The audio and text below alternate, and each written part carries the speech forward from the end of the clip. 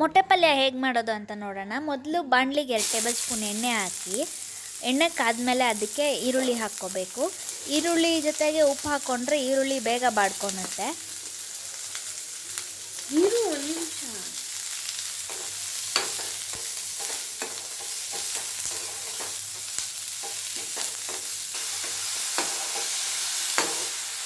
ನೋಡಿ ಇವಾಗ ಈರುಳ್ಳಿ ಎಲ್ಲ ಚೆನ್ನಾಗಿ ಬಾಡ್ಕೊಂಡಿದೆ.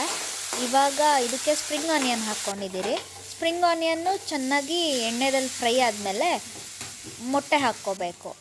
ಮೊಟ್ಟೆ ಹಾಕ್ಕೊಂಡ್ಮೇಲೆ ಸಾಂಬಾರು ಪುಡಿ 1 ಟೇಬಲ್ ಸ್ಪೂನು, ಧನಿಯಾ ಪುಡಿ 1 ಟೇಬಲ್ ಸ್ಪೂನು, ಖಾರದ ಪುಡಿ 1-2 ಟೇಬಲ್ ಸ್ಪೂನು, ಲಾಸ್ಟಲ್ಲಿ ಗರಂ ಮಸಾಲೆ, ಆಮೇಲೆ ಪೆಪ್ಪರ್ ಪೌಡರು. ಉಪ್ಪು ಸ್ಟಾರ್ಟಿಂಗ್ ಈರುಳ್ಳಿ ಬಾಡಿಸೋವಾಗ ಹಾಕ್ಕೊಂಡಿದ್ರಿ, ಅದು ವಿಡಿಯೋ ಮಿಸ್ ಆಗಿದೆ. ಇದೆಲ್ಲ ನೀಟಾಗಿ ಮಿಕ್ಸ್ ಮಾಡ್ಕೋಬೇಕು.